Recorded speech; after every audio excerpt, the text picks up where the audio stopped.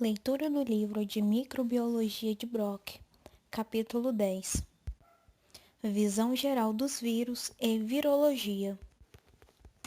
Os vírus são elementos energéticos incapazes de replicarem-se independentemente de uma célula viva, denominada célula hospedeira. Os vírus são, portanto, parasitas intracelulares obrigatórios, que dependem da penetração em uma célula viva apropriada para realizarem seu ciclo de replicação. Contudo, os vírus possuem sua própria informação genética, sendo, desse modo, independentes do genoma da célula hospedeira. No entanto, contrariamente aos elementos genéticos, como o plasmídio, os vírus têm forma extracelular. A partícula viral que permite sobreviver fora do hospedeiro por longo período e facilita sua transmissão de uma célula hospedeira a outra. Para multiplicarem, os vírus devem penetrar em uma célula onde podem replicar-se em um processo denominado infecção. Os vírus, assim como os plasmídios e alguns outros elementos energéticos, utilizam uma maquinaria metabólica da célula.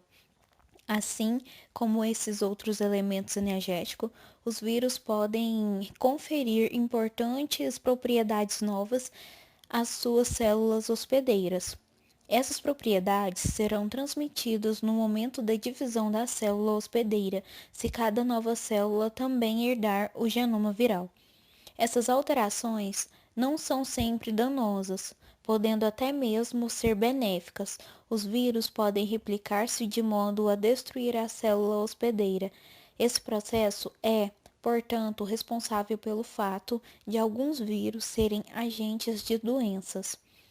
Abordaremos algumas doenças humanas causadas por vírus nos capítulos 34 e 35. O estudo dos vírus é denominado virologia e abordaremos os fundamentos desta área no presente capítulo, que foi dividido em 4 partes. A primeira parte introduz os conceitos básicos da estrutura viral, infecção da célula hospedeira e a maneira pela qual os vírus podem ser detectados e quantificados. A segunda parte aborda a biologia molecular básica envolvida na replicação viral. A terceira parte oferece uma visão geral sobre alguns vírus essenciais que infectam bactérias e animais. Informações adicionais sobre a diversidade viral podem ser encontradas no capítulo 19. A quarta parte trata das entidades subvirais. Os vírus são os micro-organismos mais numerosos em nosso planeta, infectando todos os tipos de organismos celulares, portanto, são interessantes por si somente. No entanto, os cientistas também estudam os vírus devido às informações que eles podem oferecer em relação à genética e à bioquímica dos processos celulares, e no caso de alguns deles, ao desenvolvimento de doenças. Além disso, como veremos no capítulo 11 e 12, os vírus também são importantes ferramentas no campo da genética microbiana e engenharia genética. Estrutura e crescimento viral. 10.1 Propriedades virais dos vírus. Embora os vírus não sejam células e, portanto, sejam não vivos, eles possuem um genoma que codifica a informação necessária à sua replicação. No entanto, os vírus dependem das células hospedeiras para a obtenção de energia e dos compostos necessários à replicação de seus genomas e à síntese de suas proteínas. Consequentemente, eles são incapazes de replicarem, exceto quando penetram em uma célula hospedeira adequada. Os vírus podem existir nas formas extras ou intracelular. No estado extracelular, um vírus é uma partícula microscópica contendo ácidos nucleicos envolto por proteínas e, ocasionalmente, dependendo do tipo de vírus, outras macromoléculas. Nessa forma, as partículas viral, denominadas vírion, metabolicamente inertes, não realizando as funções de replicação ou biossíntese. O vírion é a estrutura a partir da qual o genoma viral é transferido de uma célula onde foi produzido para outra célula. Uma vez no interior de uma nova célula, o estado extracelular é iniciado e o vírus é replicado. Novas cópias do genoma viral são produzidas e os componentes que formam o envoltório viral são sintetizados. Determinados vírus de animais, como o vírus de poliomielite e o vírus sincial respiratório, podem dispensar o estágio extracelular ao deslocarem-se de uma célula a outra no interior do mesmo organismo. Em vez disso, mediam a fusão de células infectadas com células não infectadas, transferindo o vírus desse modo. Contudo, ao serem transferidos de um organismo a outro, eles não formam verdadeiramente, eles têm forma, verdadeiramente extracelular. Os genomas virais são bastante diminutos, codificando principalmente as funções que não são realizadas pelas células hospedeiras. Assim, durante a replicação intracelular, os vírus dependem essencialmente dos componentes estruturais e metabólicos da célula hospedeira. Os vírus redicionam as funções metabólicas da célula hospedeira, no sentido de favorecer a replicação viral e a montagem de novos vírions. Por fim, novas partículas são liberadas e o processo repete-se. Genoma virais. Todas as células apresentam genomas de DNA e fita dupla. Por outro modo, os vírus podem apresentar genoma de DNA ou RNA. Um grupo de vírus utiliza DNA e RNA como seu material metabólico, porém em diferentes estágios do ciclo de replicação. Os genomas virais podem ser classificados dependendo de o ácido nucleico presente no vírus corresponder a aDNA ou RNA, sendo substituídos de acordo com o tipo de ácido nucleico, se de fita simples ou dupla, linear ou circular. Alguns genomas virais são circulares, porém a maioria é linear. Embora aqueles vírus cujo genoma consiste em DNA sigam o dogma central da biologia molecular, DNA, RNA e proteína, os vírus do RNA são exceções a essa regra. Entretanto, a informação genética ainda flui do ácido nucleico para a proteína. Além desses fatos, todos os vírus utilizam a maquinaria de tradução da célula e, dessa forma, independentemente da estrutura genômica, os vírus, moléculas de RNA mensageiro devem ser produzidas a fim de serem traduzidas pelo ribossomo da célula hospedeira. Hospedeiros virais e taxonomia. Os vírus podem ser classificados de acordo com os hospedeiros que infectam, bem como seus genomas. Assim, há vírus bacterianos, vírus de animais, vírus de plantas e vírus que infectam outros tipos de células eucarióticas. Os vírus bacterianos, algumas vezes denominados de bacteriófagos, abreviado como fago do grego phagein, significando comer, foram intensamente estudados como o sistema modelo da biologia molecular e genética da replicação viral. Espécies tanto de bactéria como de arqueia são infectadas como bacteriófagos específicos. Por bacteriófagos específicos. De fato, muitos dos conceitos básicos de virologia foram inicialmente desenvolvidos a partir dos estudos de vírus bacteriano, sendo posteriormente aplicados aos vírus de organismos superiores. Em virtude de uma frequente importância médica, os vírus de animais também têm sido amplamente estudados, enquanto os vírus de plantas, embora de grande importância na agricultura moderna, sejam os vírus menos estudados. Há um sistema formal de classificação viral que organiza os vírus em diferentes táxons, como ordem, família e até mesmo gênero e espécie. O táxon família mostra-se particularmente útil. Os membros de uma família de vírus apresentam morfologias do vírion, estrutura genética, a estratégia de replicação similares. As famílias virais recebem denominações que incluem o sufixo viridae, como o de poxviridae. Discutiremos algumas dessas famílias no capítulo 19.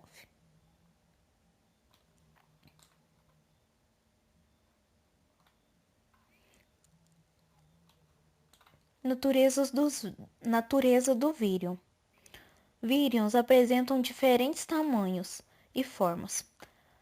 A maioria dos vírus é menor que a célula procarionte, variando de 0,02 a 0,3 micrômetro de tamanho.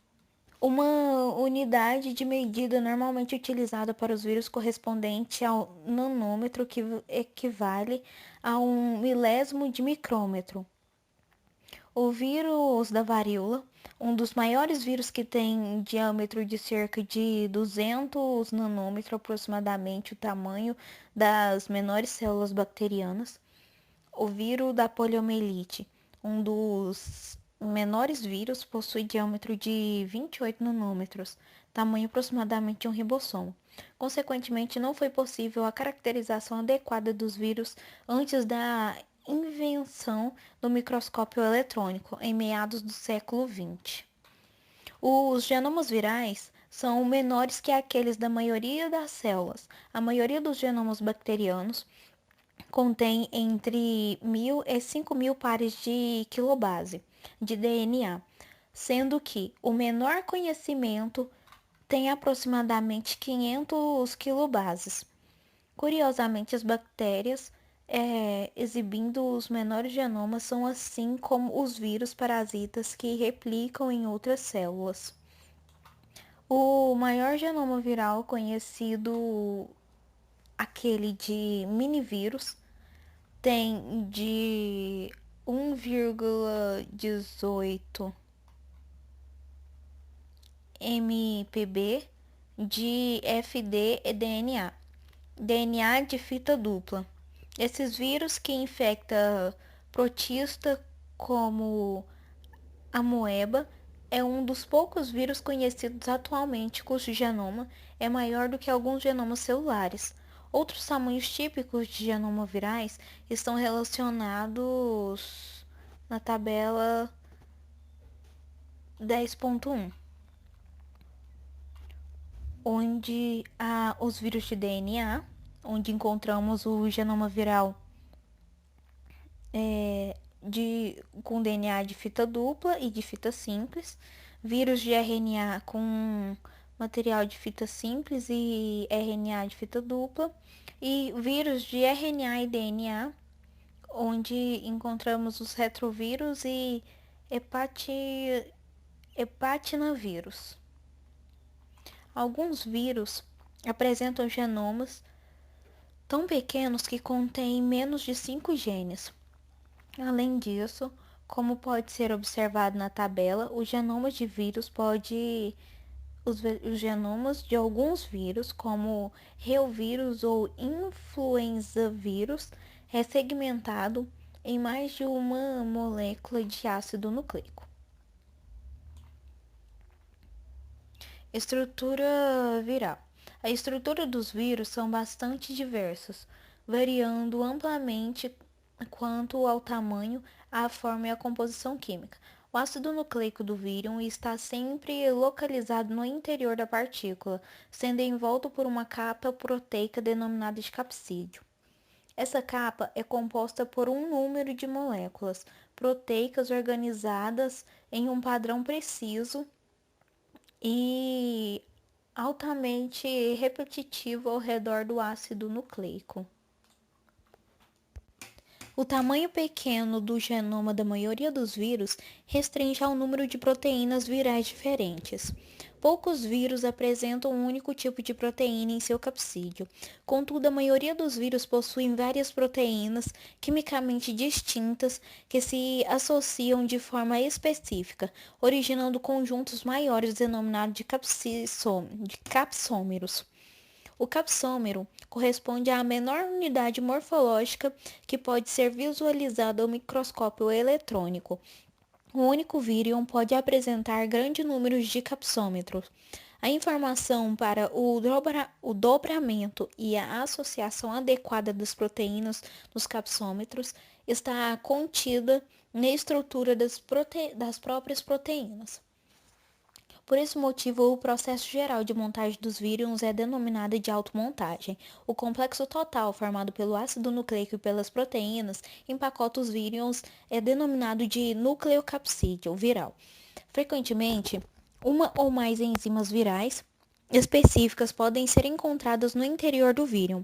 Tais enzimas desempenham papel durante o processo de infecção e replicação, como discutiremos posteriormente nesse capítulo. Alguns vírus são nus, enquanto outros possuem camadas ao redor do núcleo capsídeo, denominados de envelope. Simetria viral. Os nucleotídeos virais são constituídos de forma bastante simétrica. A simetria refere-se à maneira pela qual os capsômeros estão organizados no capsídeo viral.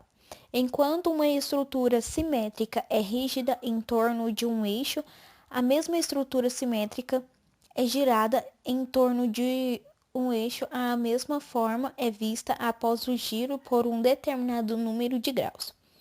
Dois tipos de simetria são reconhecidos nos vírus, correspondente às duas principais formas cilíndricas e esféricas. Os vírus cilíndricos têm simetria helicoidal e os vírus esféricos exibem simetria icosaédrica.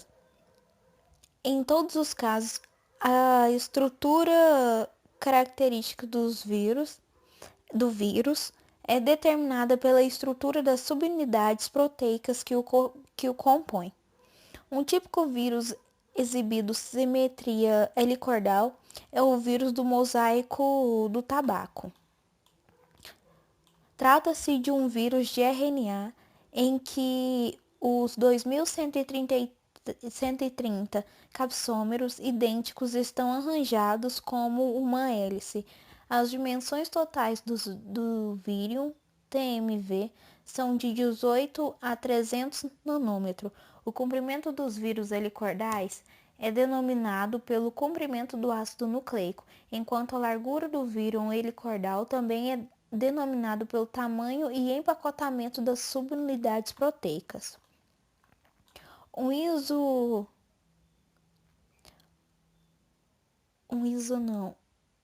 icosaedro é uma estrutura simétrica contendo 20 faces e 12 vértices, em morfologia ligeiramente esférica.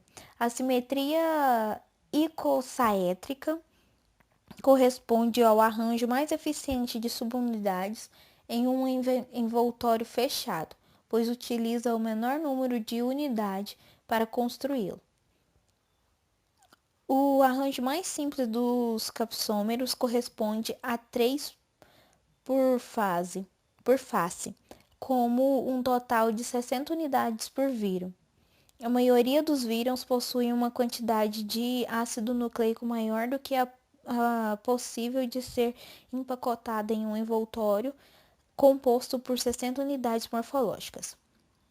A próxima estrutura que permite o empacotamento contém 180 unidades, com muitos vírus possuindo em envoltórios com essa configuração.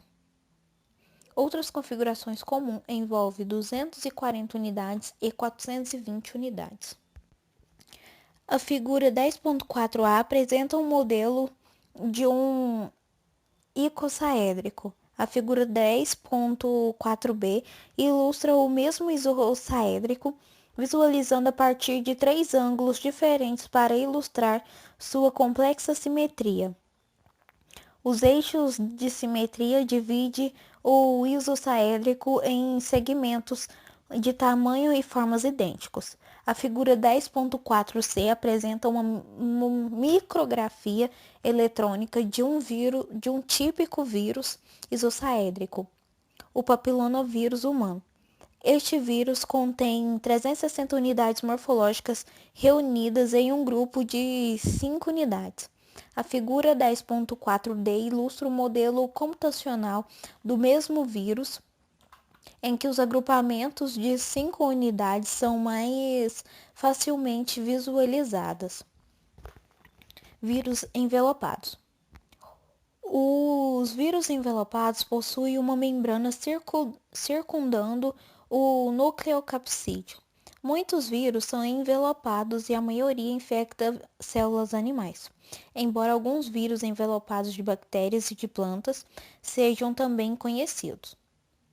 O envelope viral é uma bicamada lipídica contendo proteínas, geralmente glicoproteínas. O lipídio da membrana viral são derivados das membranas da célula hospedeira, enquanto as proteínas da membrana viral são codificadas pelos genes virais. As proteínas específicas dos vírus são críticas para a adesão do vírus à célula hospedeira durante a infecção ou para a liberação do vírus. A partir da célula hospedeira após a replicação, a simetria dos vírus envelopados não é expressa pelo vírus como um todo, mas pelo nucleocapsídeo presente no interior do envelope viral.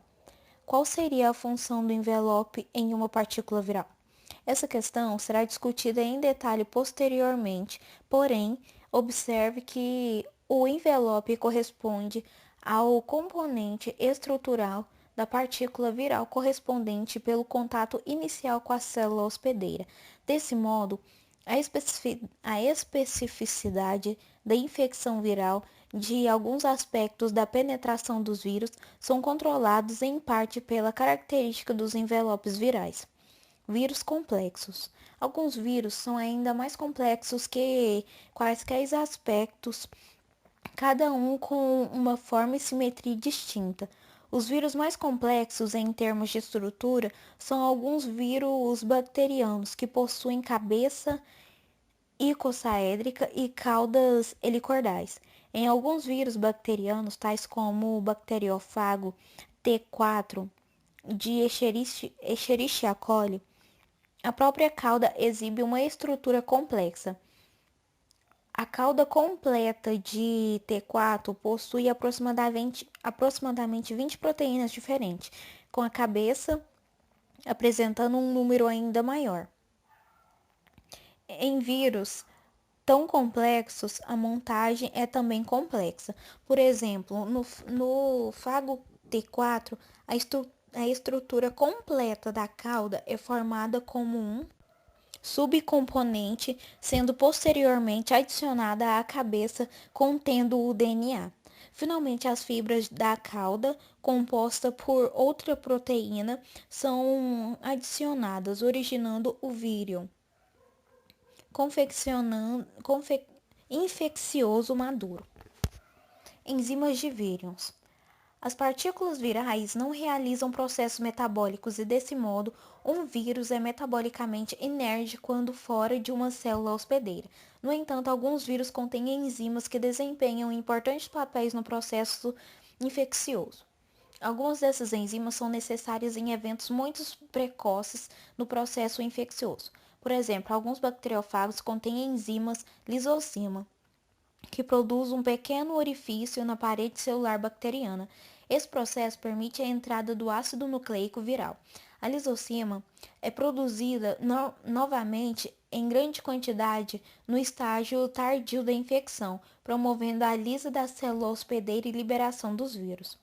Muitos vírus contêm suas próprias polimerases de ácido nucleico para a replicação do genoma viral e transcrição do RNA, vírus específico. Por exemplo, os retrovírus são vírus de RNA que se replicam sobre a forma de intermediários de DNA. Esses vírus possuem um DNA polimerase, RNA dependente, denominado de transcriptase reversa, que transcreve o RNA viral em um intermediário de DNA. Outros vírus contêm genoma de RNA e requerem suas próprias RNA polimerase. Essas enzimas de vírus são necessárias uma vez que as células são incapazes de sintetizar DNA ou RNA a partir de um molde de RNA. Alguns vírus contêm enzimas que auxiliam na liberação do hospedeiro. Por exemplo, determinado vírus de animais possuem proteínas superficiais, denominada de neuraminidase, enzima que clivam as ligações glicosídica e glicoproteína e dos glicolipídios presentes nos tecidos conectivos de células animais, promovendo a liberação dos vírus. Assim, embora a maioria das partículas virais sejam desprovidas de enzimas próprias, aqueles que as contêm utilizam-nas por um bom motivo. As células hospedeiras seriam incapazes de produzir vírus na ausência dessas enzimas adicionais.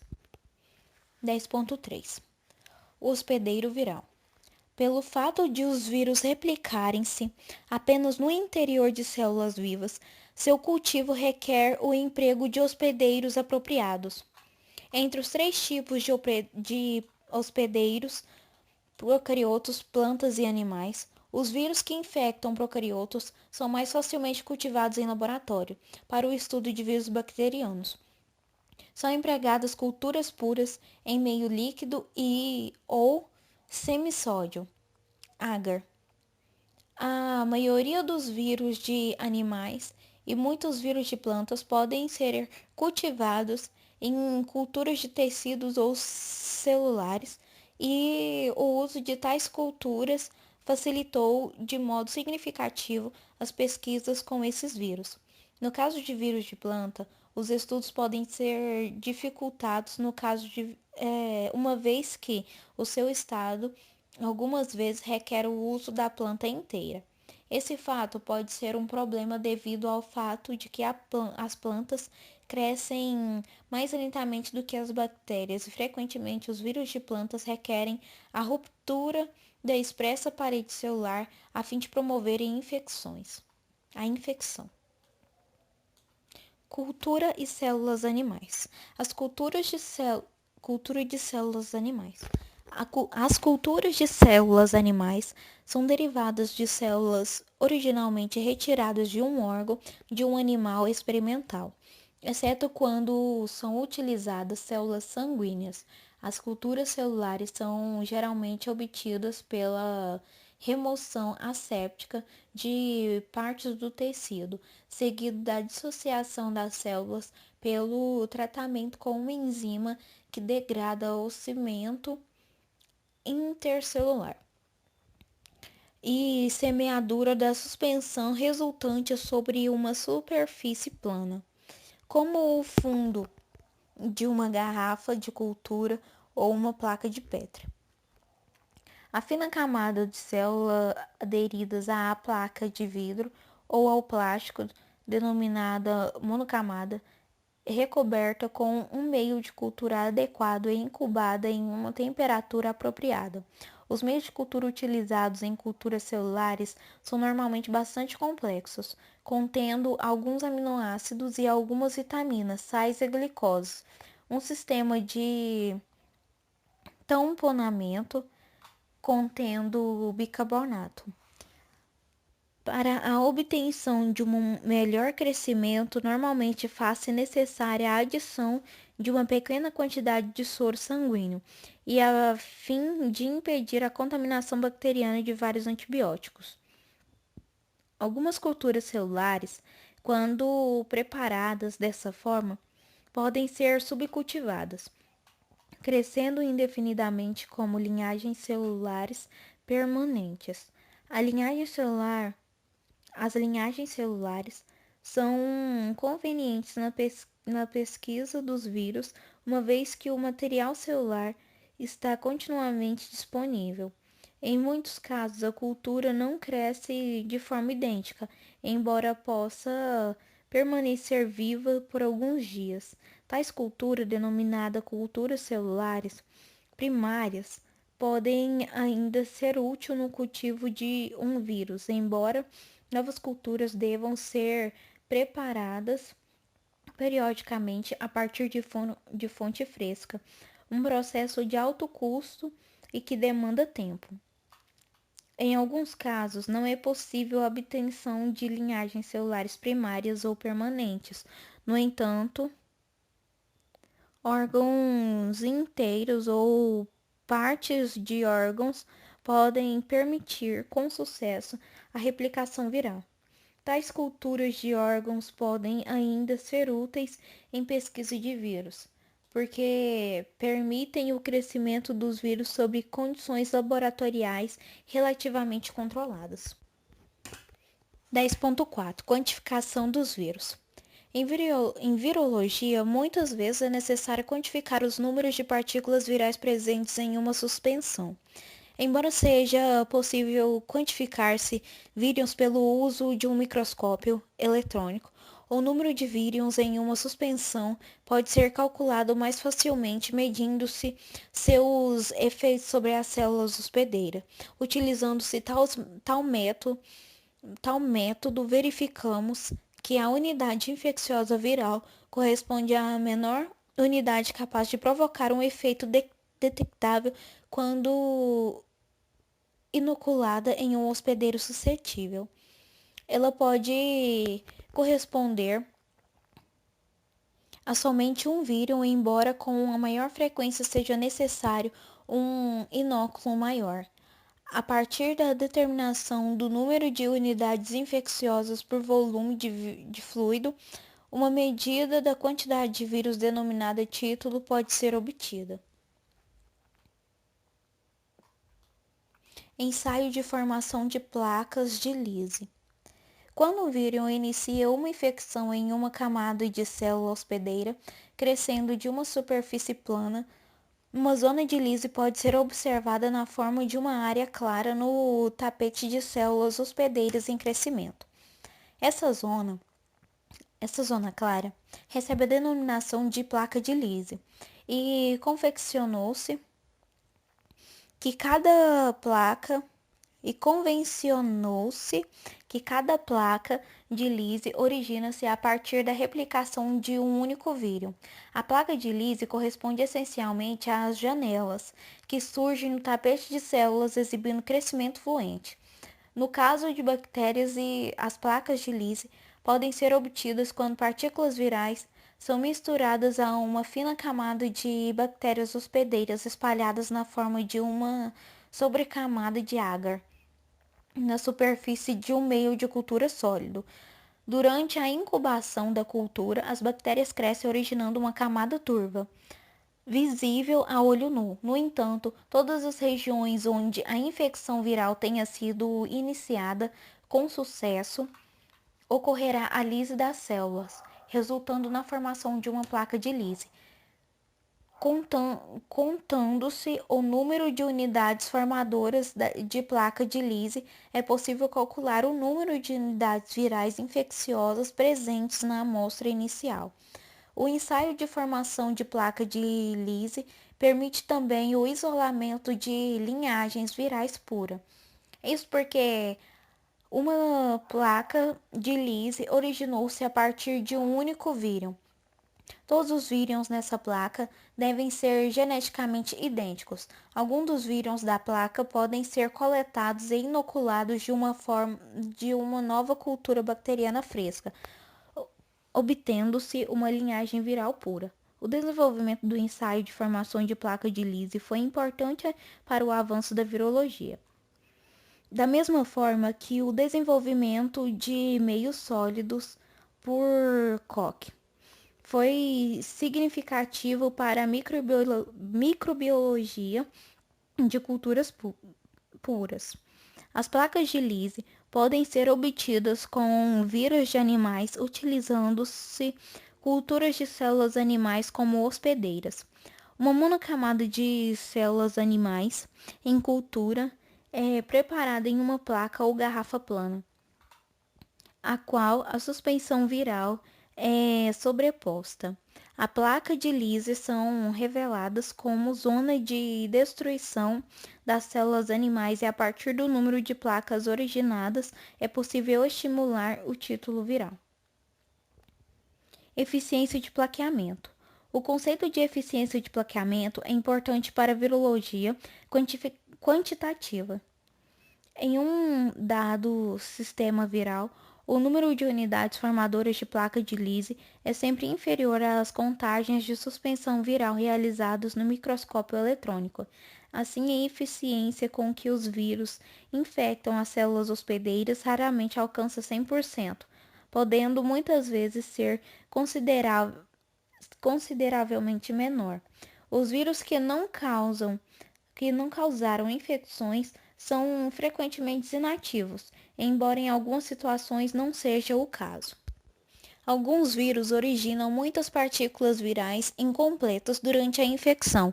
Em outros casos, essencialmente com vírus de RNA, a taxa de mutação viral é tão elevada que muitos vírus contêm genomas defectivos. No entanto, algumas vezes a baixa eficiência de plaqueamento significa que as condições empregadas, alguns vírus não foram capazes de infectar as células com sucesso, embora no caso de vírus bacteriano, a eficiência de plaqueamento geralmente seja superior a 50%. No caso de vírus de animais, ela pode ser muito inferior a 0,1 a 1%. O conhecimento da eficiência de plaqueamento é útil no cultivo de vírus, uma vez que permite estimar a concentração necessária de uma seção viral, isto é, seu título, a fim de originar um número determinado de placas de Lise. Métodos que empregam animais intactos. Alguns vírus não causam efeitos reconhecíveis em culturas celulares, embora levem o animal à morte. Em tais casos, a quantificação pode ser realizada somente pela estimulação dos animais infectados. O procedimento geral consiste na realização de diluições seriadas da amostra viral, geralmente por meio de diluições decimais, seguidas da inoculação das amostras de cada diluição em diversos animais sensíveis. Após um período de incubação adequado, a fração de animais mortos e vivos para cada diluição é tabulada, sendo realizado o cálculo do ponto final de diluição. Ele corresponde à diluição em que, por exemplo, metade dos animais inoculados morrem. Embora os métodos utilizando animais inteiros sejam mais trabalhosos e menos precisos do que o método de culturas celulares, ele pode ser essencial ao estudo de certo tipo de vírus. 2. Replicação viral. 10.5. Características gerais da replicação viral. Para um vírus replicar-se, ele deve induzir uma célula hospedeira viva a sintetizar todos os componentes essenciais necessários à produção de mais vírus. Esses componentes devem, então, ser organizados em novos vírus, que escapam da célula. A fase de replicação viral pode ser dividida em 5 etapas: ligação, adsorção do vírus de uma célula hospedeira suscetível, penetração, entrada ou injeção do vírus ou de seu ácido nucleico na célula, síntese de ácidos nucleicos e proteínas virais pelo metabolismo da célula de acordo com um redirecionamento determinado pelo vírus, montagem dos capsídeos e os componentes de membrana no caso de vírus envelopados e empacotamento do genoma viral em novos vírus. Processo completo é denominado de maturação. 5. Libertação de vírus maturo pela célula. Nos primeiros minutos após a infecção, disse que os vírus estão em fase de eclipse. Durante esse período, as partículas infecciosas não podem ser detectadas por meio de culturas. A fase de eclipse é iniciada assim que as partículas infecciosas são removidas do ambiente, devido à sua absorção às células hospedeiras.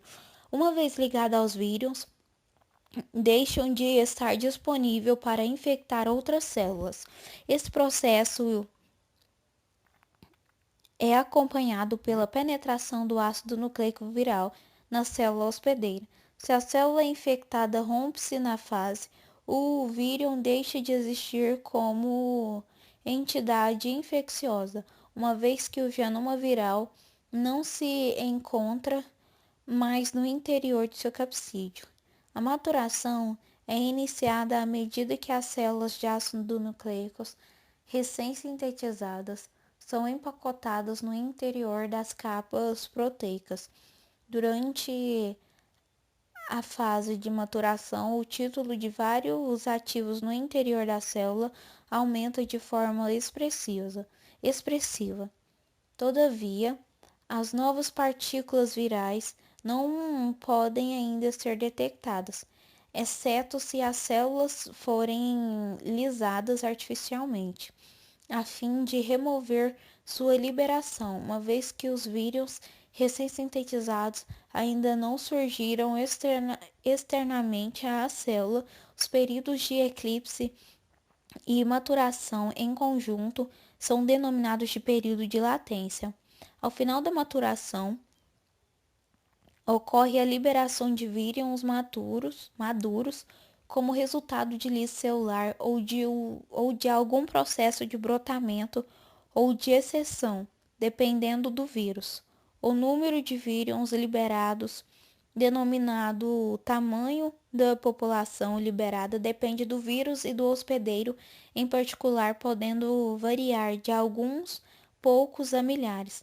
A duração de um ciclo completo de replicação varia de 20 a 60 minutos, no caso de muitos vírus bacterianos, a 8 a 40 horas para a maioria dos vírus animais. Pelo fato da liberação dos vírus ocorrer de forma relativamente simultânea, a replicação viral é normalmente caracterizada por uma curva de crescimento em etapa única. Nas próximas duas sessões, consideraremos algumas das principais etapas do ciclo de replicação viral em maiores detalhes. Ligação e penetração viral. Ligação. A base mais comum para a especificidade de um vírus em relação ao hospedeiro depende da ligação.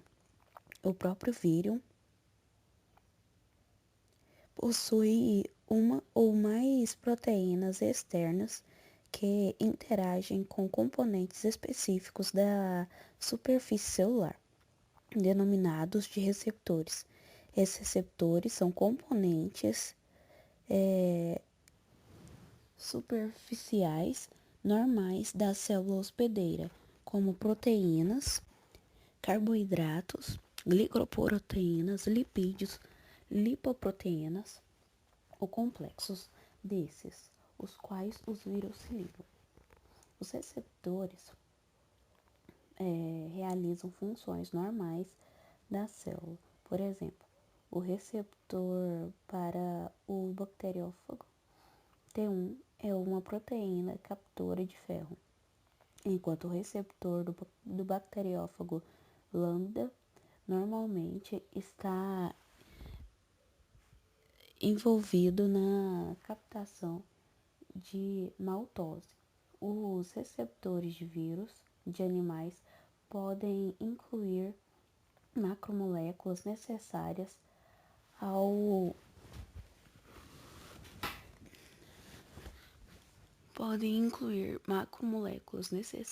contato intercelular ou pelo sistema imune. Por exemplo, os receptores dos vírus da poliomielite ou do HIV são normalmente utilizados na interação entre as células humanas. Na ausência de seu receptor específico, o vírus não é capaz de absorver e, portanto, não causa infecção. Além disso, quando o sítio receptor é modificado, por exemplo, por mutação, o hospedeiro pode tornar-se resistente à infecção viral. No entanto, mutantes do vírus podem adquirir a capacidade de serem adsorvidos a hospedeiros anteriormente resistentes. Além disso, alguns vírus de animais podem ser capazes de utilizar mais de um receptor, de modo que a perda de um deles não impede necessariamente a ligação. Assim, variedade de hospedeiros de um vírus em particular é determinada em parte pela disponibilidade de um receptor adequado que o vírus seja capaz de reconhecer em organismos multicelulares. As células de diferentes tecidos ou órgãos frequentemente expressam proteínas distintas em superfície. Consequentemente, os vírus que infectam animais infectam apenas células de determinados tecidos, por exemplo. Muitos vírus que provocam tosse e resfriado infectam somente as células do trato respiratório superior. A penetração da ligação de um vírus à célula hospedeira, alterações tanto no vírus como na superfície celular, as quais resultam em sua penetração. Os vírus devem replicar-se no interior das células. Desse modo, pelo menos o genoma viral deve ser capaz de penetrar na célula. No entanto, conforme mencionado, para que alguns vírus se repliquem, certas proteínas devem também penetrar na célula hospedeira. É importante ressaltar que a ligação e mesmo a penetração em uma célula suscetível não levam à replicação viral. Caso a informação contida no genoma viral não possa ser codificada, uma célula que permite o ciclo completo de replicação de um vírus é referida como permissiva para aquele vírus. Vírus distintos apresentam diferentes estratégias para a penetração. Alguns vírus envelopados de animais são desnudados na membrana citoplasmática, liberando o conteúdo do vírus no citoplasma. No entanto, no caso de vírus nus de animais e muitos vírus envelopados de animais, o vírus inteiro penetra na célula por endocitose. Em tais casos, os vírus devem ser desnudados no interior da célula hospedeira, de forma que o genoma seja exposto a essa replicação possa ser realizada.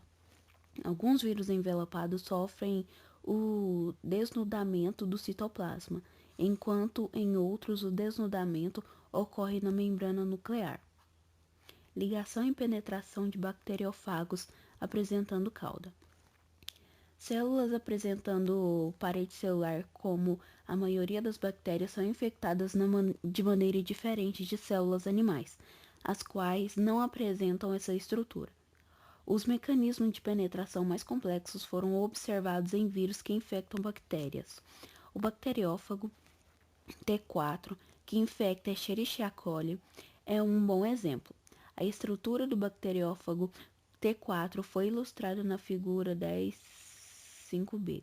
O vírus apresenta uma cabeça no interior da qual o DNA linear de fita dupla encontra-se enovelado em uma cauda longa e relativamente complexa, em cuja extremidade há uma série de fibras e espícula da cauda. Os vírions inicialmente ligam-se às células pelas fibras da cauda. As extremidades das fibras interagem especificamente com o polissacarídeo encontrado na membrana externa do envelope celular gram-negativo.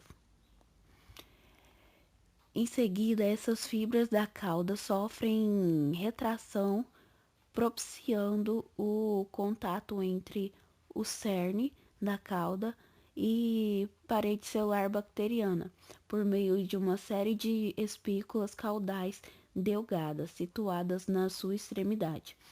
A ação de uma enzima similar à, à lisozima promove a formação de um pequeno poro no peptídeo glicano. A bainha da cauda contrai-se e o DNA viral penetra no interior do citoplasma através do orifício presente na ponta da cauda fágica, enquanto a maior parte do envoltório proteico permanece fora da célula. Restrição e modificação viral pela célula hospedeira. Os animais podem muitas vezes eliminar os vírus invasores por mecanismo de defesa imunológico antes que a infecção viral se dissemine ou algumas vezes antes que os vírus penetrem na célula-alvo. Além disso, os eucariotos, incluindo animais e plantas, possuem um mecanismo antiviral conhecido como RNA de interferência. Os procariotos são desprovidos desses dois tipos de defesa. No entanto, os procariotos possuem sistema específico de destruição de DNA, capaz de destruir DNA viral de fita dupla após a sua injeção. Essa destruição é realizada por endonucleases de restrição do hospedeiro. Enzimas que clivam o DNA viram em um ou vários locais, impedindo assim a sua replicação. Esse fenômeno é denominado de restrição e é parte do mecanismo geral do hospedeiro que impede a invasão por ácidos nucleicos exógenos. Para que tal sistema seja feito, o hospedeiro deve possuir um mecanismo que confira proteção a seu próprio DNA. Esse processo é realizado pela modificação específica de seu DNA nos sítios de clivagem da enzima de restrição. A enzima de restrição são específicas para DNAs de fita dupla e, desse modo, os vírus de DNA de fita simples, assim como todos os vírus de DNA, não são afetados pelo sistema de restrição. Embora o sistema de restrição do hospedeiro propicie proteção significativa, alguns vírus de DNA podem sobrepujar os mecanismos de restrição do hospedeiro pela introdução de modificações em seus próprios ácidos nucleicos, de modo que eles deixam de estar sujeitos ao ataque enzimático. Dois padrões de modificação química do DNA viral são conhecidos como glicosilação e metilação. Por exemplo, o DNA dos bacteriófagos T. pares, T2, T4 e T6, pode apresentar diferentes graus de glicosilação, impedindo sua clivagem por endonucleases. Muitos outros ácidos nucleicos virais são metilados. Os ácidos nucleicos virais são modificados após a replicação de seu genoma por meio de proteínas de modificação codificadas pelo vírus. Outros vírus, como os bacteriófagos T3 e T7, evitam a destruição pelas enzimas de restrição do hospedeiro pela codificação de proteína que inibe o sistema de restrição do hospedeiro. Para contrapor a esse processo, algumas células hospedeiras possuem múltiplos sistemas de restrição e metilação, auxiliando a impedir a infecção por vírus capazes de sobrepujar somente um deles. Os hospedeiros contêm ainda outras DNA metiladas, além daquelas envolvidas na proteção contra suas próprias enzimas de restrição. Algumas dessas metilases podem estar envolvidas no reparo de DNA ou na regulação gênica, enquanto outras podem conferir proteção ao DNA do hospedeiro contra endonuclease exógena. Isso é necessário porque alguns vírus codificam um sistema de restrição próprios desenvolvidos para destruir o DNA do hospedeiro. Desse modo, fica evidente que os vírus e os hospedeiros responderam mutuamente ao mecanismo de defesa pela evolução contínua de mecanismo visando aumentar sua possibilidade de infecção ou de sobrevivência, respectivamente. Produção de ácidos nucleicos e proteínas virais. O esquema de classificação de Baltimore e vírus de DNA. O virologista David Baltimore, que foi agraciado juntamente com Ward Temin e Renato Dulbecco com o Prêmio Nobel de Fisiologia ou Medicina em 1975 pela descoberta do retrovírus e da transcriptase reversa, desenvolveu um pequeno esquema de classificação de vírus baseados na relação entre o genoma viral e seu RNA. Na classificação de Baltimore, são reconhecidas 7 classes de vírus. Os vírus os vírus de DNA de fita dupla, FD, são agrupados na classe 1. O mecanismo de síntese de RNA mensageiro e replicação do genoma dos vírus de classe 1 é o mesmo que aquele utilizado pelo genoma da célula hospedeira, embora diferentes vírus empreguem estratégias distintas para garantir que a expressão do RNA mensageiro viral seja favorecida em relação ao RNA mensageiro do hospedeiro. Vírus da classe 2 corresponde a vírus de DNA de fita simples, FS. Esses vírus, antes de o RNA mensageiro ser produzido, uma fita complementar de DNA deve ser sintetizada, uma vez que o RNA polimerase utiliza DNA de fita dupla como molde. Esses vírus formam um intermediário de DNA de fita dupla durante a replicação, sendo esse intermediário utilizado na transcrição. A síntese de intermediário de DNA e a subsequente transcrição pode ser realizada por enzimas celulares, embora proteínas virais possam também ser necessárias. O intermediário de fita dupla também é utilizado para gerar o genoma viral. Uma fita torna-se o genoma enquanto a outra é descartada. Até recentemente, todos os vírus de DNA de fita simples continham DNA com a mesma sequência que os seus RNA mensageiro.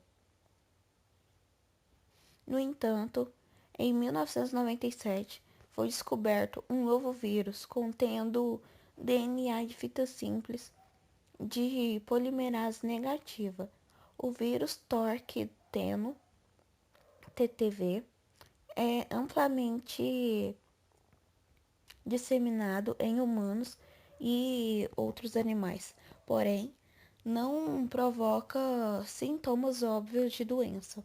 O mecanismo de replicação de TTV ainda não foi totalmente investigado. Vírus de RNA e fita positiva e negativa. A produção de RNA e replicação do genoma são processos diferentes nos vírus de RNA. Contudo, antes de discutirmos esses vírus, são necessários alguns conhecimentos sobre nomenclatura relacionada à orientação da fita de ácidos nucleicos. Lembre-se de que o RNA mensageiro é complementar à fita de DNA empregada como molde em relação à sequência de base por convenção na virologia. O RNA mensageiro é referido como sendo de configuração mais sua fita complementar é referida como sendo configuração menos. Essa convenção é utilizada para descrever a configuração do RNA ou do DNA. Por exemplo, um vírus que contenha genoma de RNA de fita simples com a mesma orientação de seu RNA mensageiro é referido como vírus de RNA de fita positiva. Um vírus cujo genoma de RNA de fita simples seja complementar ao seu RNA mensageiro é referido como vírus de RNA de fita negativa. Desse modo, de que modo esses vírus se replicam? As RNA polimerase, células normalmente não catalisam a síntese de RNA a partir de um molde de DNA, utilizando em vez disso um molde de DNA. Portanto, os vírus de RNA positivo, negativo, de fita dupla, requerem uma RNA polimerase. RNA dependentes específicas. No caso mais simples, são vírus de RNA de fita positiva, onde o genoma viral tem configuração mais e, desse modo, pode atuar diretamente como RNA mensageiro, além de codificar outras proteínas necessárias. Esse RNA mensageiro codifica uma RNA polimerase RNA dependente específica do vírus. Uma vez sintetizada, essa polimerase inicialmente sintetiza fitas menos complementares de RNA, as quais são então utilizadas como molde na produção de novas fitas mais. As fitas mais sintetizadas são traduzidas como RNA mensageiro ou empacotada como o genoma dos vírus recém-sintetizados.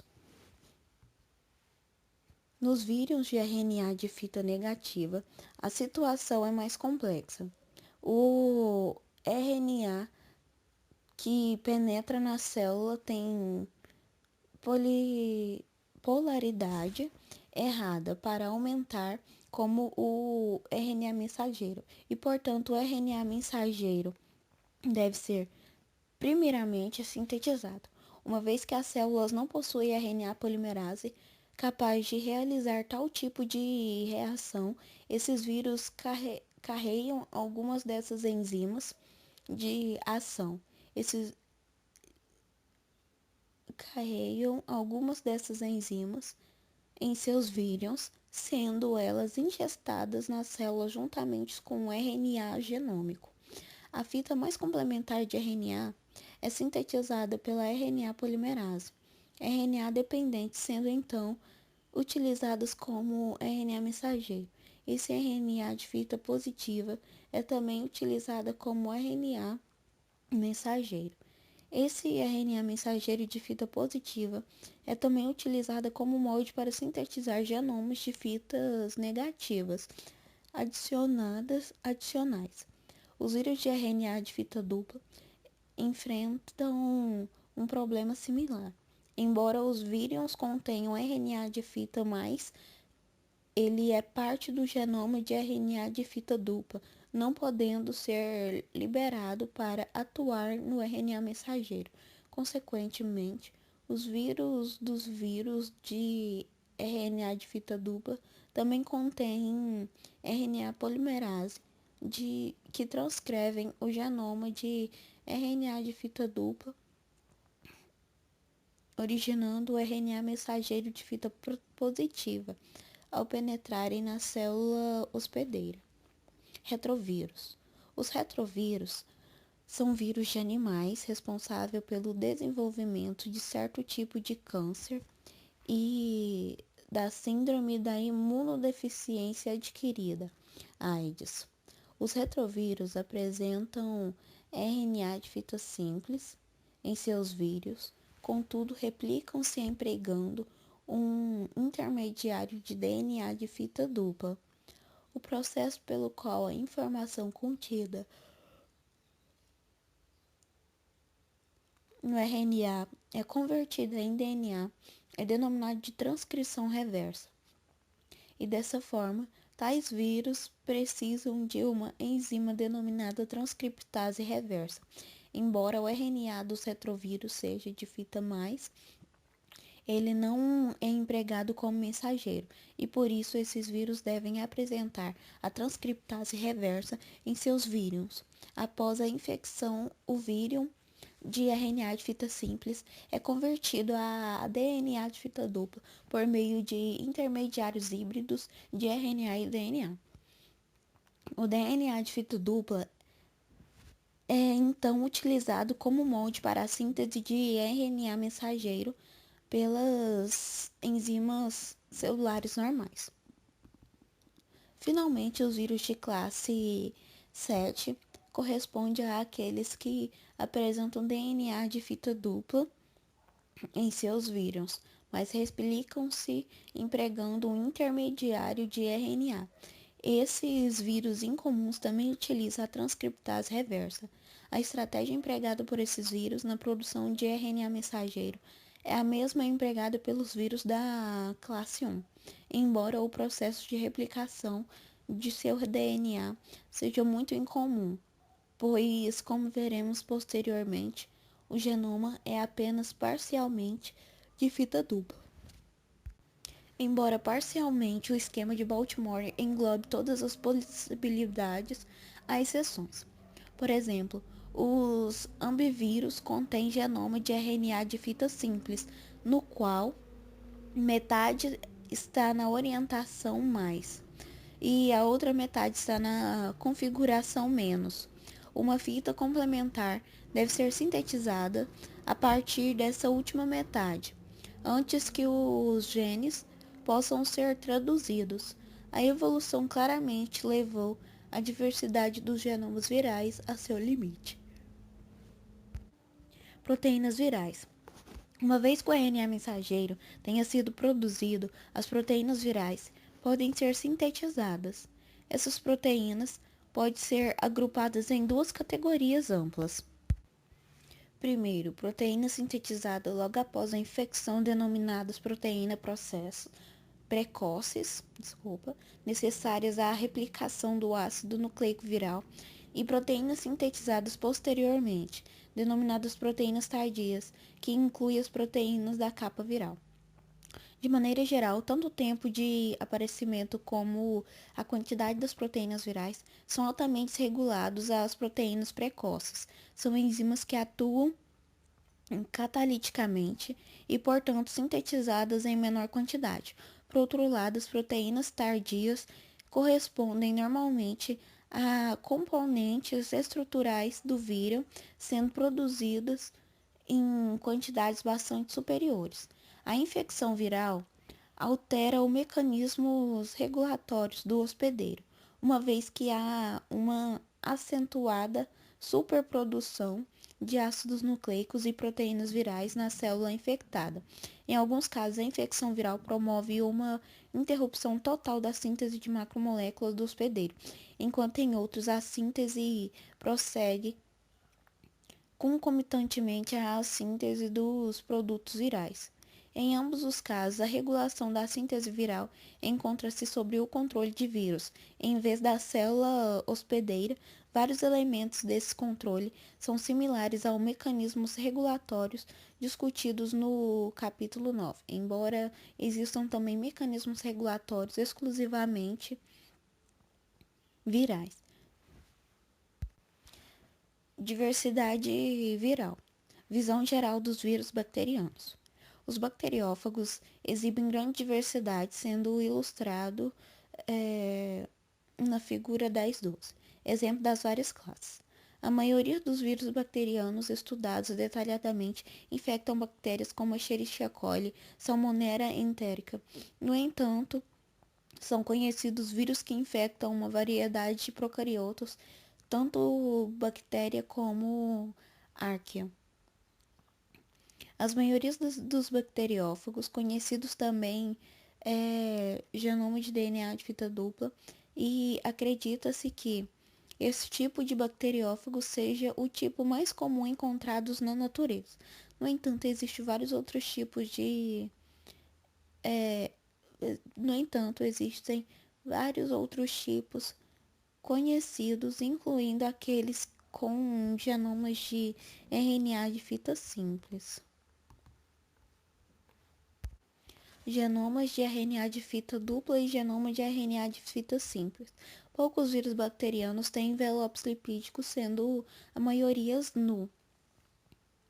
As caudas dos bacteriófagos T2, T4 e MU são contráteis e atuam no processo de penetração do ácido nucleico do hospedeiro, de forma contrária à cauda dos bacteriófagos.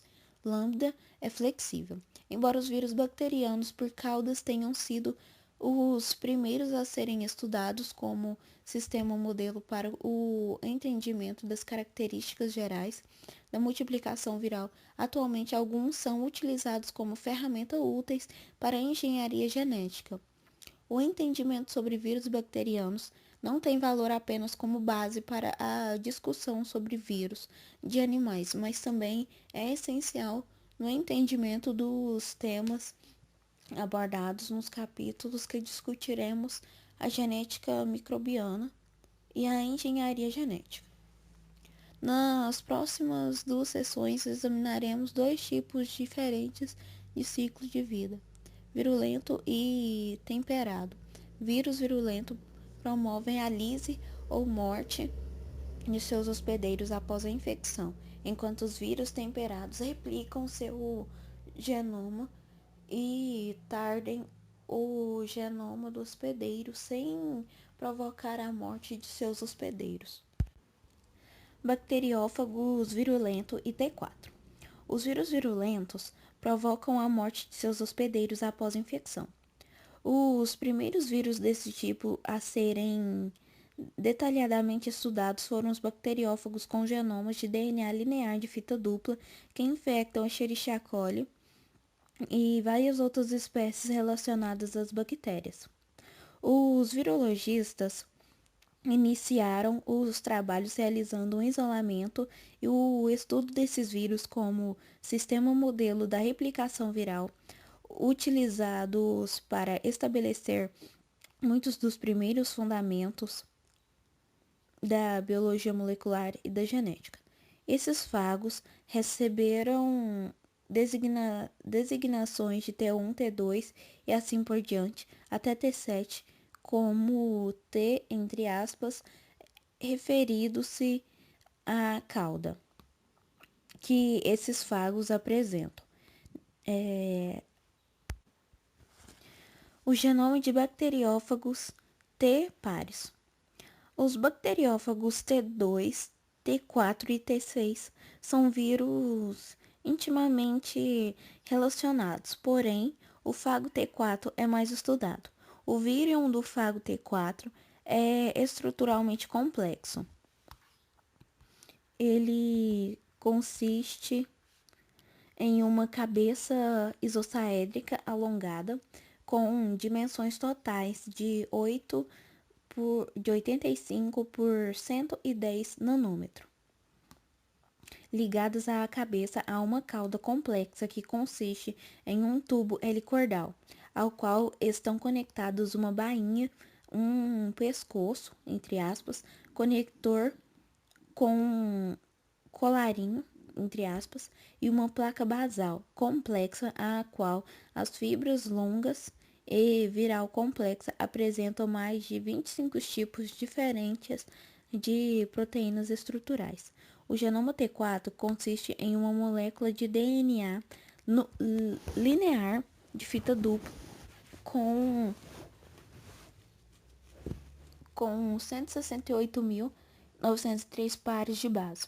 O genoma de T4 codifica mais de 250 proteínas diferentes e, embora nenhum vírus conhecido codifique em seu próprio aparato de tradução, o fato T4 codifica vários de seus próprios RNAs transportadores.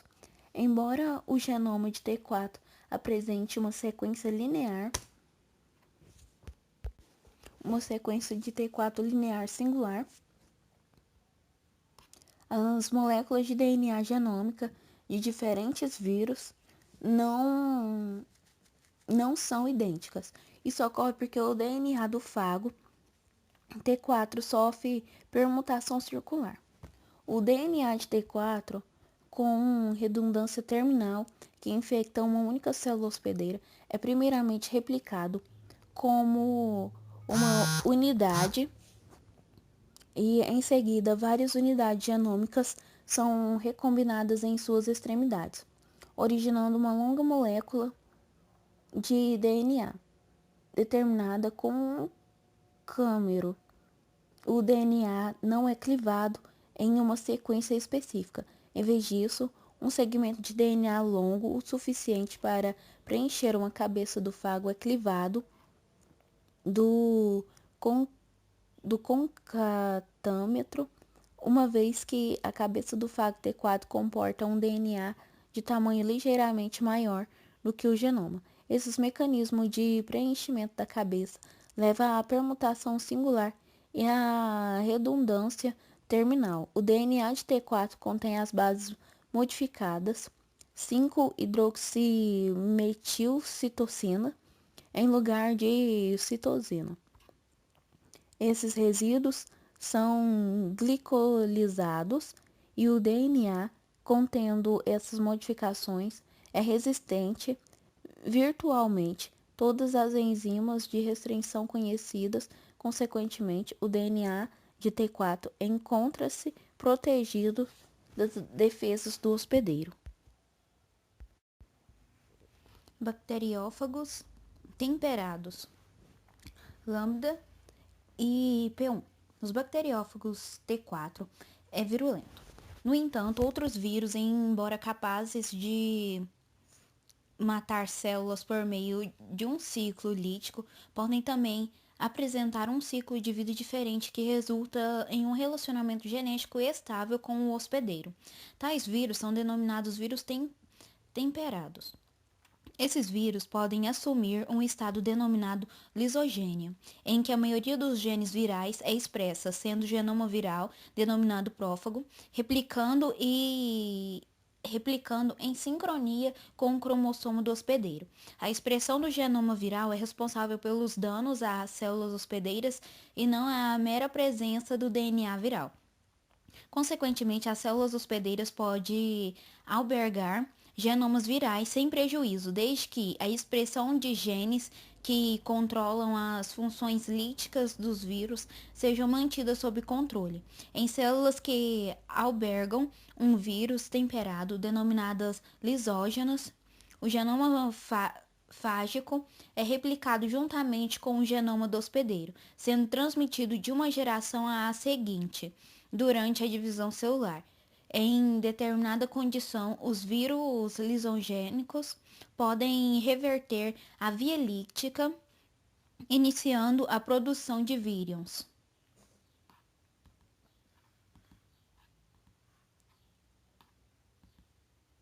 Os dois fagos temperados mais bem caracterizados são lambda e P1. Ambos contribuem significativamente para o avanço da genética molecular correspondente à importante ferramenta da genética bacteriana e da clonagem molecular.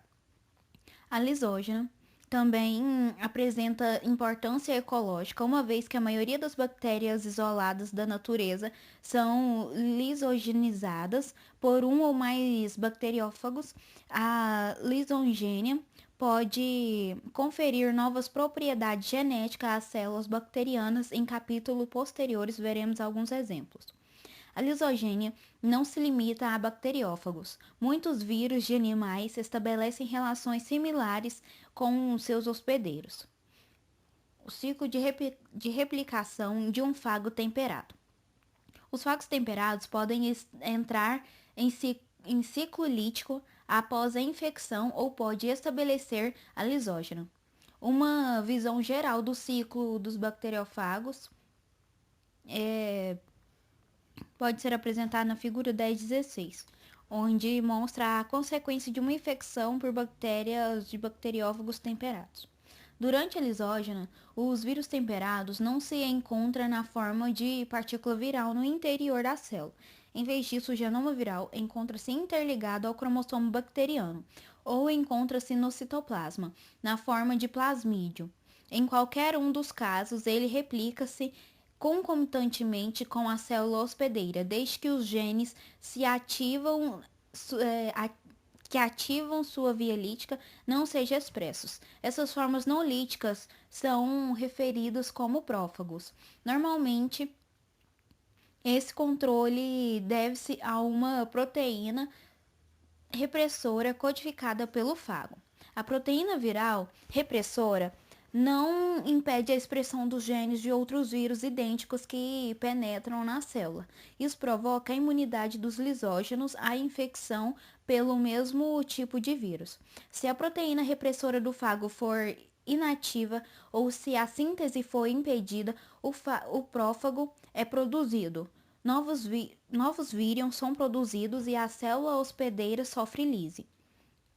Em alguns casos, a condição alterada, especialmente danos do DNA da célula hospedeira, induzem a via lítica.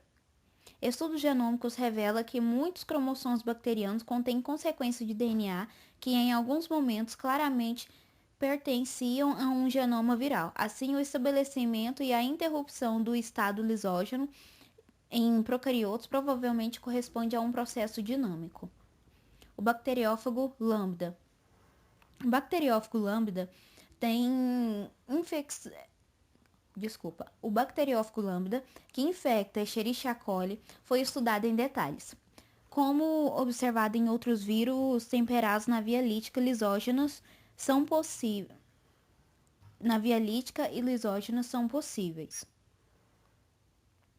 O genoma de lambda consiste em DNA de fita dupla linear. No entanto, na extremidade de 5 linhas de cada uma das fitas há uma região de fita simples de 12 nucleotídeos.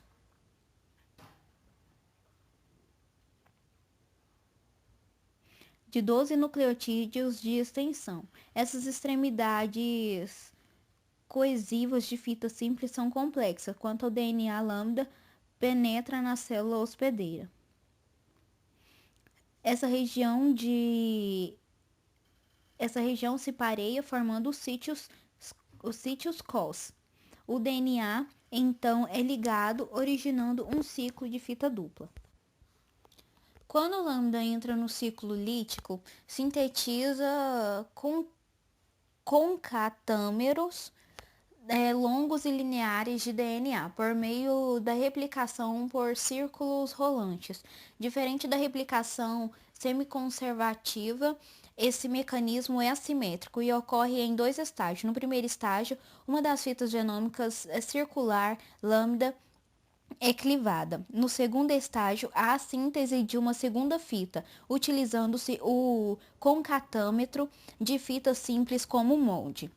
Afinal, o concatâmetro de fita dupla é clivado como segmentos de comprimento correspondente ao genoma nos sítios COS, originando extremidades coesivas. Muitos vírus de DNA e RNA, assim como alguns plasmídios, utilizam variantes da replicação por círculo corante. Em alguns casos, os concatâmetros de fita simples são clivados e empacotados em outro caso. A fita complementar é sintetizada antes do empacotamento, como observado em lambda. Lambda, lise ou lisogênio. A ocorrência da lise ou lisogênio durante a infecção de lambda depende de uma alternância genética extremamente complexa. Os elementos essenciais consistem em 2 proteínas repressoras, o repressor de lambda, ou proteína, e o repressor CRO. Para estabelecer a lisógena, 2 eventos devem ocorrer. Primeiro, a produção de proteína tardia deve ser impedida. E segundo, uma cópia do genoma de lambda deve ser integrada ao cromossomo do hospedeiro. Se a CI for sintetizada reprime a síntese de todas as demais proteínas codificadas por lambda, havendo estabelecimento da lisógena. Contrariamente, CRO reprime a expressão de proteínas C2 e C3, que são necessárias à manutenção lisógena pela introdução da síntese do repressor de lambda. Assim, quando o CRO é produzido em altas quantidades, lambda encontra-se comprometido com a via lítica. A degradação de C2 por protease da célula hospedeira também é crítica. A proteína C3 de lambda protege C2 contra o ataque pela protease. Controla a lise e a lisógena de lambda e a lisógena de lambda. O resultado final depende da proteína CRO ou C1, desculpa, são dominantes com uma determinada infecção. Quando o CRO determina os eventos regulatórios, o resultado é a lise, ao passo que a lisógena ocorrerá quando C1 for dominante.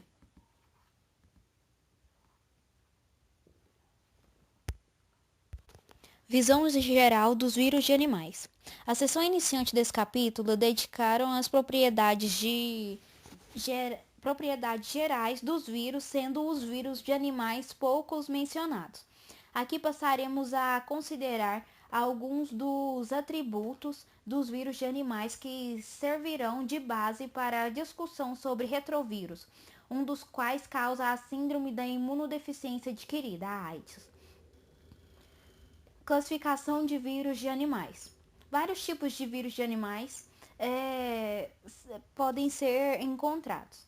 Os principais da classificação viral foram discutidos na seção 10.7 do livro. Os vírus de animais são classificados segundo os mesmos critérios adotados para os vírus bacterianos, incluindo o sistema de classificação de Baltimore, que classifica os vírus com base no tipo de genoma e na estratégia de reprodução. São conhecidos vírus de animais em todas as categorias de replicação. A maioria dos vírus de animais estudados em detalhes são aqueles que replicam em culturas celulares. Observe que ainda existem mais tipos de vírus que os animais envelopados do que os vírus bacterianos envelopados. Esse fato provavelmente está relacionado à diferença de características externas da célula hospedeira, contrariamente às células procarióticas. As células animais são desprovidas de parede celular e, desse modo, os vírus são mais facilmente recriados pela célula. Ao deixarem a célula, os vírus removem a parte da bicamada lipídica da célula animal quando atravessam a membrana. Consequência da infecção viral em células de animais. Os vírus podem provocar diversos efeitos distintos nas células animais. A infecção lítica resulta na destruição da célula hospedeira. No caso de vírus envelopados, no entanto, a liberação dos vírions, que ocorre por processo do tipo brotamento, pode ser lenta e não provocar a lise da célula hospedeira. Desse modo, a célula infectada pode permanecer viva e continuar produzindo vírus indefinitivamente. Tais infecções são denominadas de infecções persistentes. Os vírus podem também provocar infecções latentes no hospedeiro. Em uma infecção latente, há um intervalo de tempo entre a infecção viral e os eventos líticos. Os estágios latentes da infecção viral de uma célula animal realmente não se deve à integração do genoma viral no genoma da célula hospedeira, como frequentemente observa-se nos casos de infecções latentes por bacteriófagos temperados. Em vez disso, os herpesvírus encontram-se em um estado inativo no interior das células nervosas. Um baixo nível de transcrição ocorre, porém, não há a replicação do DNA viral. Alguns vírus envelopados promovem a fusão de múltiplas células animais, originando células gigantes contendo vários núcleos. Como esperado, tais células fundidas não se desenvolvem corretamente, apresentando um tempo de vida curto. Além disso, a fusão celular protege os vírus da exposição do sistema imunológico, pois eles passam a deslocar-se entre o núcleo das células hospedeiras sem emergirem delas. Finalmente, certos vírus de animais são capazes de converter células normais em células tumoral, processo denominado de transformação. Muitos vírus diferentes são conhecidos. Contudo, dentre os vírus ilustrados na figura 1021, onde nós podemos ver o rabdovírus, o dogavírus, o coronavírus, paramyxovírus, retrovírus, arenavírus, buniavírus e o ortomyxovírus. Acho que eu já disse. Um grupo destaca-se por ter um mecanismo de replicação subitamente peculiar. Tal grupo corresponde aos retrovírus. Eles são abordados em seguida como exemplo de vírus animal, complexo e altamente incomum que apresenta importantes implicações médicas. Retrovírus. Os retrovírus possuem genoma de RNA, que é replicado através de um intermediário de DNA. O termo retrovírus significa para trás, e a denominação retrovírus deve-se ao fato de eles transferirem as informações de maneiras reversas de RNA para DNA. Os retrovírus utilizam a enzima transcriptase reversa para realizar esse processo, um tanto interessante. O uso da transcriptase reversas não é restrito ao retrovírus. O vírus da hepatite B e o vírus do mosaico da couve-flor também realizam a transcrição reversa em seus processos de replicação. No entanto, contrariamente aos retrovírus, esses outros vírus carregam a versão de DNA de seus genomas virion em vez de RNA. Os retrovírus são interessantes por várias outras razões. Por exemplo, esses foram os primeiros vírus definidos como causadores de câncer, sendo intensamente estudado devido à sua característica carcinogênica. Além disso, um dos retrovírus, o vírus de imunodeficiência humana, HIV, causa a síndrome da imunodeficiência adquirida, a AIDS. Esses vírus infectam um tipo específico de linfócito, T, célula T auxiliar, de humanos, a qual é vital ao correto funcionamento do sistema imune. Discutiremos esses aspectos imunológicos da AIDS em capítulos posteriores. Os retrovírus são envelopados, várias proteínas são encontradas no envoltório viral e normalmente 7 proteínas internas, sendo 4 estruturais e 3 enzimáticas. As enzimas encontradas nos virion correspondem à transcriptase reversa, à integrase e à protease. O vírus também contém molécula de RNA transportador, células específicas utilizadas na replicação. Propriedades do genoma e a replicação dos retrovírus. O genoma do retrovírus é singular. Ele consiste em 2 moléculas idênticas de RNA, de fita simples, de sentido mais. O mapa genético de um genômica típico de retrovírus vai ser apresentado aqui nessa imagem. Embora existam diferenças entre mapas genéticos de diferentes retrovírus, todos contêm os seguintes genes arranjados na mesma ordem: GAG, que codifica proteína estrutural; POL, que codifica a transcriptase reversa e a integrase; ENV, que codifica proteínas do envelope. Alguns retrovírus dos vírus do sarcoma de Rous apresentam um quarto gene jusante ao gene ENV, envolvido na transformação da célula e no câncer. As repetições terminais ilustradas no mapa são essenciais ao processo de replicação viral. O processo global de replicação de um vírus pode ser resumido nas seguintes etapas. Primeiro, entrada na célula pela fusão da membrana citoplasmática em sítios contendo receptores específicos, remoção do envelope do vírus na membrana, enquanto o genoma e as enzimas permanecem no cerne viral, transcrição reversa de um dos dois genomas de RNA em um DNA de fita simples, subsequente convertido pela transcriptase reversas em DNA de fita dupla linear e então penetra no núcleo. Integração do DNA retroviral do genoma do hospedeiro, transcrição do DNA retroviral, levando à formação de RNAs mensageiros virais e RNA genômico viral, montagem e empacotamento do RNA genômico em nucleocapsídeos no citoplasma, brotamento de vírus envelopados na membrana citoplasmática e liberação da célula. Entidades subvirais.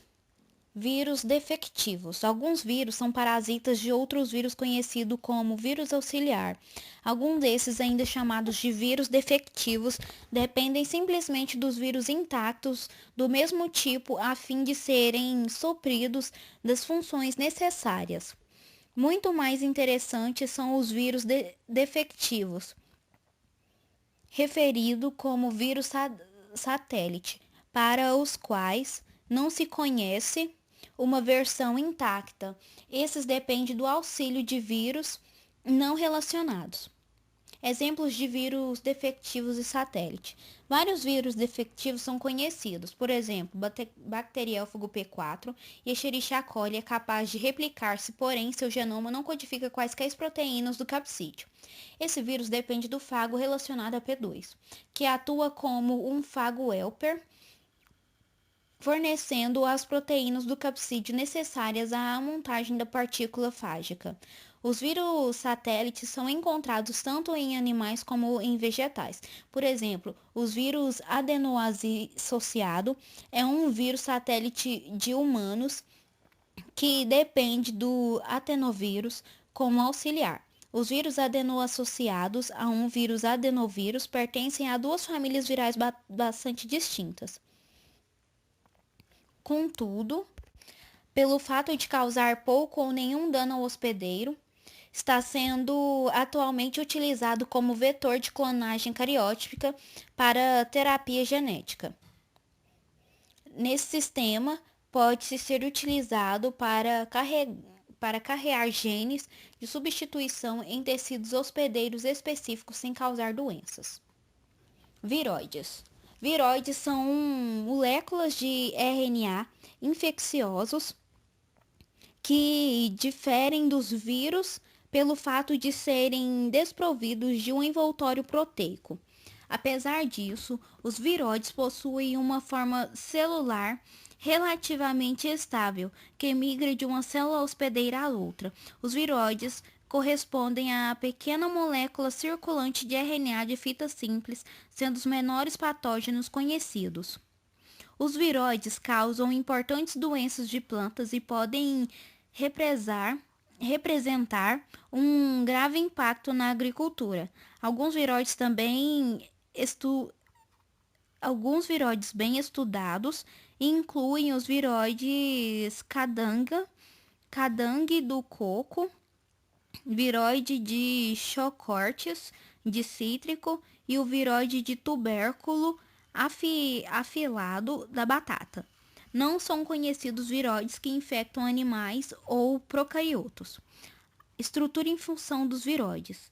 A forma extracelular dos viroides corresponde a um RNA nu, não há qualquer tipo de capsídeo proteico, embora o RNA do viroide seja um círculo de fita simples covalentemente fechado. Existem tantas estruturas secundárias que ele se assemelha a uma pequena molécula de fita dupla, como as extremidades fechadas. Por serem desprovidos por um envoltório proteico, os viroides não utilizam receptor para penetrar na célula hospedeira. Em vez disso, o viroide penetra na planta através de uma lesão. Uma vez no interior da célula, os viroides deslocam-se de uma célula a outra por meio dos plasmodesmas, feixes citoplasmáticos delgados que unem as células vegetais. Um aspecto ainda mais interessante é o fato de a molécula de RNA não conter genes codificadores de proteína e dessa forma o viroide ser quase que totalmente independente das atividades do hospedeiro para sua replicação. O viroide é replicado no núcleo ou no cloroplasto da célula hospedeira por uma das RNAs polimerases da planta. Como resultado, há a síntese de RNA multimérico, consistindo em muitas unidades viroides ligadas pela extremidade. O viroide contribui com uma atividade em replicação. Parte do próprio viroide exibe atividade ribosima. Essa atividade ribosima é empregada na autoclivagem do RNA multimérico, liberando viroides individuais. Doenças provocadas por viroides. Plantas infectadas por viroides podem ser assintomáticas ou desenvolvem sintomas que variam de moléculas que varia de moderada a letais, dependendo do viroide. A maioria dos sintomas severos está relacionada ao crescimento, surgimento de virose, mimetizam ou interferem em alguma forma como pequenos RNAs regulatórios. Não são assim, os próprios viroides poderiam ser RNA regulatório que evoluiriam de modo a induzir eventos destrutivos ao invés de exercerem papéis benéficos na célula. Não são conhecidas doenças causadas por viroides em animais. Da mesma forma, o mecanismo pelos quais os viroides causam doenças em plantas permanecem obscuros. Príons. Os príons representam o outro externo da relação aos viroides. Eles apresentam uma forma extracelular distinta, de natureza totalmente proteica. As partículas dos príons não contêm DNA ou RNA, contudo é infecciosa, sendo conhecido príon que causa doenças em animais, como os Scrapie em ovinos, a encefalopatia espongiforme do gado bovino, a doença debilitante crônica em cervos de alces e algumas doenças curu de Creutzfeldt-Jakob em humanos. Não são conhecidas doenças causadas por príons em plantas, embora príons tenham sido encontrados em leveduras. Coletivamente, as doenças animais causadas por príons, conhecidas como encefalopatia, espongiformes, transmissíveis. Em 1997, o cientista americano Stanley B. Prusiner foi agraciado com o Prêmio Nobel de Fisiologia ou Medicina por seu trabalho pioneiro com essas doenças e com as proteínas de príon. Em 1996, a partir do rastreamento da doença na Inglaterra, tornou-se evidente que o príon causador da BSE no gado bovino é também capaz de infectar humanos, resultando em um novo tipo de CJD, denominado de CJD variantes, uma vez que a transmissão ocorreu a partir de produtos derivados da carne bovina contaminada. A maioria dos casos de BSE ocorreu no Reino Unido ou em outros países da União Europeia, os quais foram associados a práticas alimentares inadequadas, nas quais suplementos proteicos obtidos a partir de carcaças processadas do gado bovino e onívoro. Desde 1994, a prática foi banida de todos os países da União Europeia, resultando em uma redução dramática do número de casos de BSE. Até no momento não foi observada a transmissão de TSE por outros animais domésticos como suíno, galinha ou peixe. As formas da proteína do príon. Uma vez que os prírions são desprovidos de ácidos nucleicos, como a proteína que o compõe é codificada, a célula hospedeira contém um gene que codifica a forma nativa da proteína do prírion conhecida como PRP, proteína celular do prírion, que é encontrada em animais sadios, sobretudo em neurônios, especificamente no cérebro. A forma patogênica da proteína priônica, exibe sequências de aminoácidos idênticas àquela da proteína celular do prírion, da mesma espécie, porém a conformação diferente. A proteína dos prírions de diferentes espécies de mamíferos exibem sequências muito similar, porém não idênticas. A suscetibilidade à infecção depende da sequência proteica com base em um mecanismo ainda não totalmente elucidado. Por outro lado, nunca foram observados prírions patológicos de ovelhas que infectam o humano. Prírions sadios consistem principalmente em segmentos em alfa-hélice, ao passo que prírions aberrantes exibem menos regiões à perda da função normal da proteína priônica, a qual se torna parcialmente resistente à protease e torna-se insolúvel, promovendo a agregação no interior da célula neural. Nesse estado, há um acúmulo da proteína priônica, iniciando-se os sistemas neurológicos. Doenças causadas por prírion e o ciclo infeccioso do prírion. Quando um prírio patogênico penetra em uma célula hospedeira que representa uma proteína priônica normal, ele